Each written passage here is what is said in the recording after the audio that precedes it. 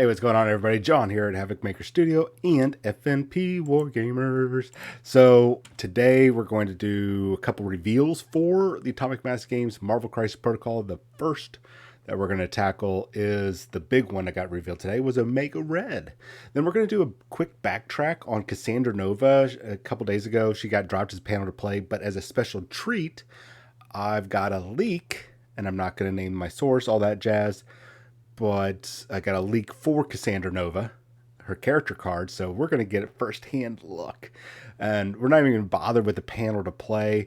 It seems like I was on the mark when I did a previous video weeks or months ago, or about a month ago, about her powers, and we're going to dive into it. So this is really cool. It's going to be a really cool show. So first, let's talk about Omega Red. Now, he is a big boy. We're going to start top to bottom, left to right. So for those of you that aren't familiar with the way I do things with these cards, these characters, we're going to read everything off. So those that are driving and are listening to the channel or the video, or those that aren't familiar with the game, get them familiar, because that's what we want, is more people involved. So Omega Red, both sides, healthy side and his injured side or dazed side, he has 6 health. His movement range is short, not great, but he is a big, thick boy. Size 3, once again, he's a thick boy. And then 4 threat. That's, well, I'm pretty sure it's warranted. We're going to get into it. Considering his size and everything he can do, that actually makes sense. I'm not going to argue that. I'm going to argue this right here, though. His physical energy and then his mystic defense or mental defense, it's 3-3-4. Now, I'm not 100% familiar with the character. I think I am kind of a fan of the character, but also he's kind of a whiner. So it's just, I have difficulty with the character, but he has had his mind, he's taken over several times, and even recently by Dracula. Yes, Dracula. That the mystic or mental defense of a 4 doesn't make a whole lot of sense. His physical defense would seem like it should be the 4, but hey, whatever. I'm sure they have a valid reason, and I'm not going to argue. So let's get into his 2 basic attacks. Carbon atium coils. I hope I'm getting that right. Let me know if I'm wrong, even though if you type it in the comments, I might not actually here, whatever. Anyways, range 3, 5 dice worth of damage at a cost of 0, and like 90% of the powers out there, for every point of damage that he has caused, he gets a point of power. So that's good. He doesn't have a lot of high power costing attacks, which is very good. So he actually will be able to pull off a lot of these abilities we're about to go through. He also, on the carbon atium coils, also has the ability to drain life. So if you've done a point of damage, then you get to remove a point of damage, which is very much in sync with his character. Yay! Awesome. Red Terror is his next one. Both of these are physical attacks. So before choosing a target, this character chooses whether this attack is physical or energy defense. If you're not familiar, you have a physical defense, you have an energy defense, and you have a mystic defense. Some characters have a higher of 1, 2, 3, or none. Actually, they might be all even across the board. This is really good for those ones that you're targeting that have, well, a higher defense for physical or energy, and you can swap. That's really cool power. Now, this is range 3. It is 7 dice, and it's only a measly 4 power. That is very low in the scope of abilities out there. So this is starting to turn a little bit like, I could see us using this character for sure. Not 100% sold on him, but we're getting there. So it also has the ability, if you roll the wild symbol, and it has the absorb essence. So this is a little confusing, and you guys maybe correct me down in the comments below, but you get to change one of the defending characters' critical success, their wild symbol, or the defense symbol, results to a critical failure, the skull symbol. So you only get to choose one, or you only get to change one. All right. Then this character gains 1 power for each die change in this way. So that, I think that's a real weird wording. Maybe I'm it's not syncing up with me. Maybe I'll let you big brain people figure it out. But if you're only allowed to change one, then why are you gaining? Why do you have the potential to gain power for each die change in this way? Oh, I wonder if that means change one of the defending characters' criticals. I don't know. The way it said, I was thinking maybe, let's say he rolled two shields and you decide, hey, we're gonna choose your shields and you got to change them both. Maybe that's what it's saying. That wording. Yeah, that wording, it's a little weird, but that could be it, which would make sense for you to gain more power. Okay, let's go with that for right now. If I'm wrong, hit me down in the comments below. So his first superpower is Death Factor. This is cost of 2, and this is one I think is definitely wrong. I'm going to read this out. This character and enemy characters within range 2 of it with the poison special condition suffer 2 damage in the order of your choosing. Oh. This character and enemy characters within range 2 of it that have the spoil. Okay, I've figured it out. So this is actually going to be really cool. We're going to revisit this one, but basically, anybody within range 2 of you that have the poison special condition, you pop this power, right? And they take 2 damage for every poison token besides the poison factor. That's cool. That's actually going to come into play. I thought there was something wrong with the wording, but we're right there now. So ensnare is his next superpower. It's going to cost 2. Push an enemy, or really pull, within range 4, which is huge, and within the character's line of sight, and you bring them towards your character medium range. That is huge, because that could potentially pull them into range 2. A character can be pushed by this power only once per turn. Really cool. A character can only be pushed by this superpower once per turn. A character. You can't pull him twice, but you can get 2 characters. Bring him in to range 2. We're going to get there. He has 2 innate, or actually 3 innate abilities. First one is Carbon Adium Armor. I'm sure I'm butchering that. When this character suffers damage from an enemy effect, reduce the amount suffered by 1 to a minimum of 1. Makes sense. He is extremely durable. He does have a slight healing factor, but hey, whatever. His other one is Death Spores, and this is where Death Factor and Ensnare really come into play, I think. So enemy characters that end their activation within range 2 of this character gain the poison special condition. Oh, okay. That's cool. Additionally, at the end of this character's activation, enemy characters within range 2 of it gain the poison special condition. So that means that when you're pulling them towards you and all that jazz, you're really setting them up for the follow-up turn, or unless you have some ability to let you activate this character again, which I think the only one that's allowed to activate their character a second time is Magneto, and that's only if you have Scarlet Witch and Quicksilver in there, and they have to meet certain conditions, you can reactivate Magneto again. So I don't think anybody can do that, but you are set up to inflict the poison damage. That's really cool, especially if you're pulling the power, using your power to ensnare and pulling people in. Inflicting them with poison is still bad enough, and if you manage to be able to pull off Death Factor the following turn,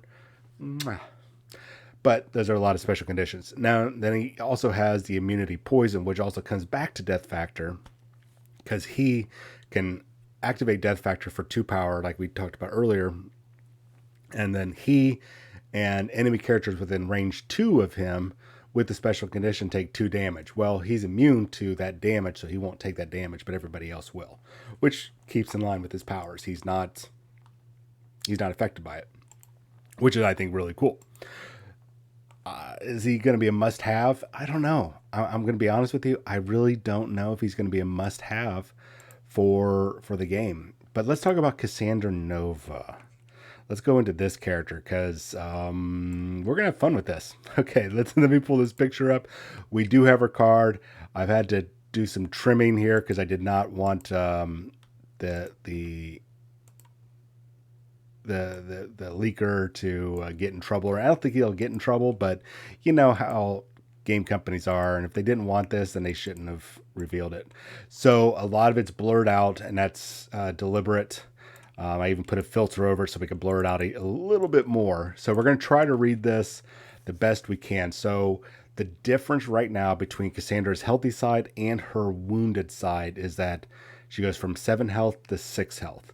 She has medium range movement, as we predicted, and she is size 2 because she's a little thing, and she's going to cost 5 threat. She's 5 threat. Now, physical defense is a 2. Her energy defense is a 3, which is good. Her mystic defense is a 4. Really awesome. So as I had another video that I was going to reveal, and I'm going to just keep it, save it, just in case I have to like relaunch it because this video gets flagged or something.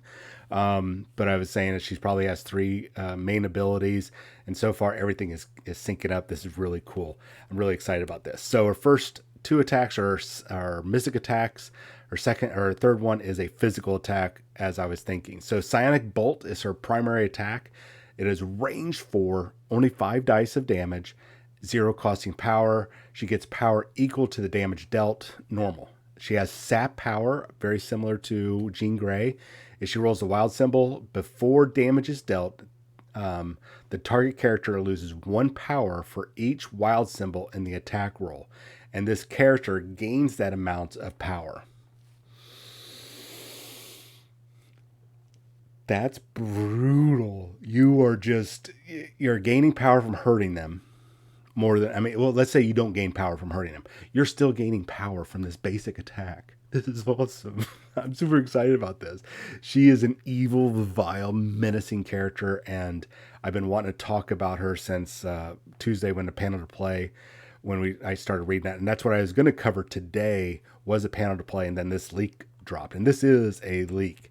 So, as far as I know, Mind Possession, her next power. This is a mystic attack, range 3, 6 dice, only 1 power. She's going to be like a power generating machine. This is really cool. Alter this attack. After this attack is resolved, you may advance the target character its speed. So this is just simply a damage dealing and then move people. I thought that this was going to have special conditions like, hey, you're going to have to roll the wild symbol to force your target to move. This is simply zap. You didn't take any damage. That's okay. I still need you to go ahead and move off that objective or move closer to me or to my next character that I'm going to activate in the following, my next activation. So they are closer to you and they don't have to spend any movement actions or anything. That's a cool power for only 1.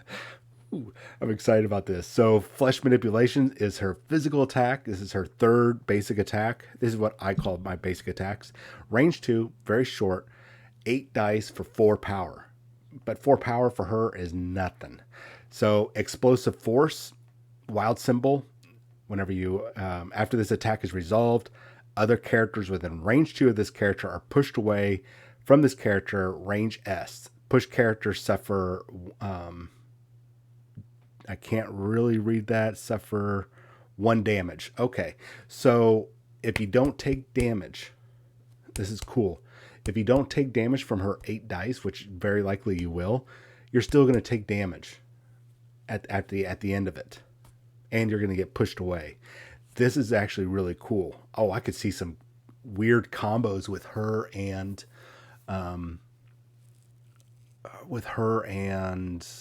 Omega Red. Him pulling him in, her setting him up. Boom. Whoa, we got some cool abilities there, I think. Okay, so let's let's go on. So we've got Biokinesis. This is our first superpower. It's going to cost 3 power.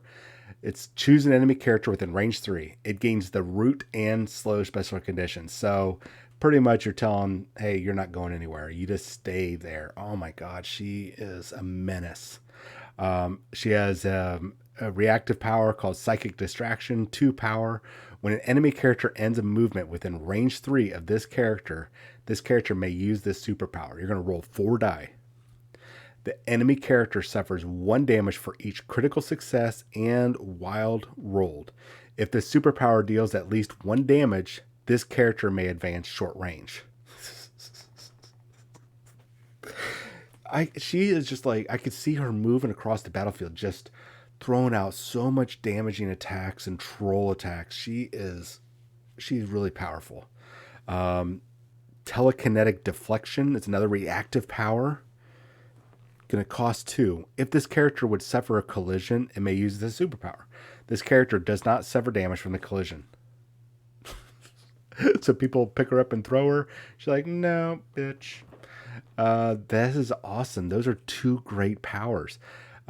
Still going on. We have telekinetic or telepathic cloak. This is lined up with all of her powers I talked about before. Characters must be within range 3 of this character to target it with attacks. Oh my god, she is mean. And then flight, and as I predicted, healing factor. She has a mutant regeneration ability. She's actually reconstituted herself from basically a stillborn fetus. Not stillborn, full stillborn, but basically an effed up fetus. She is immensely powerful, guys, and this is a good representation of Cassandra Nova. Her model, not super great, but my god, she is going to be brutal. And at a 5 power cost, that's going to hurt. You know what? She's going to make it into a team. She's going to make it into teams. She's too good. She's too good. I think, this is me personally, I haven't seen her cards. Actually, I'm trying to see her cards right now, but I haven't, I can't see everything, and I'm not even going to worry about it right now. This is enough of a treat, and we're over the 15-minute mark I was aiming for. Wow, guys. Cassandra Nova is going to be brutal. You know what? Can I see? Nope. Let's see. Nope, I can't see her. Okay, can't see the cards. There we go. Cassandra Nova is going to be a brutal war machine. I mean, especially with 13 health total, weak defenses, but man, she can dish out some massive, massive damage. She can take hits. She can avoid hits. She's for 5. I'll find a way to slide her in for 5. She's perfect. Sorry, I'm fanboying out here since she had emerged on the scene, even though I'm not a big fan of villain characters. When I think it was around 2002, 2012, I don't know. Sometime in 2000, I kind of fell in love with the character. I liked her concept. I thought the evil twin thing and uteral killing thing was a little weird, but the fact that she is basically the opposite of Professor X in so many ways, and is even more powerful, more potent. And she's responsible for killing I think 7 million mutants. It's awesome. She's a major villain. Everybody's like, oh, Magneto is like the top villain, or Red Skull. No. They've never really accomplished anything like Cassandra has. Cassandra is an evil, evil person. Or an evil mutant. And I think there's a reason why she hasn't been resurrected in the recent comics. That's the reason why she is not around, because she's a bad lady. Bad lady. And I love her for it. All right, guys and gals. Anyways, let me know what you guys think down in the comments below. Do you like this little leak? Do you want to see more of these? I think we have potential for some more. I'm holding off, but I think the little light source that I pulled this from, I might be able to do it again. We'll see. Let me know what you guys think, though, of Cassandra and Omega Red. I'm a little shaky on Omega Red. He seems good, but Cassandra Nova, I think she's going to make it to my team. I think this September in the next league, I think she's going to be in my main roster of 10 models. She's a damn good character, I think. She's just vile. Oh, she's vile. Anyways, you guys have yourself a wonderful day, and I'll see you probably Monday. Later on tonight, though, we are on Twitch, and that link is in the description below. We are going to be painting Cable. We're going to finish painting Cable on the Twitch stream. Also, if you are one of the subscribers, I am not able to see all my subscribers, so I'm waiting. I'm actually going to wait one more week, so next Friday. I want everybody an opportunity, since I'm going to be house sitting this weekend, kind of like an emergency house sitting. I want to wait one more week. and message me on Facebook or through the channel or through YouTube about your name. I can't see around 50 some odd names of my subscribers, and I want to do a drawing, but if I don't have those names, if I can't see you, you've got your name hidden as a subscriber, come next Friday, you're just going to miss out. But you're still entered in future ones, so don't worry about that. You guys have yourself a great weekend, and I'll talk to you later.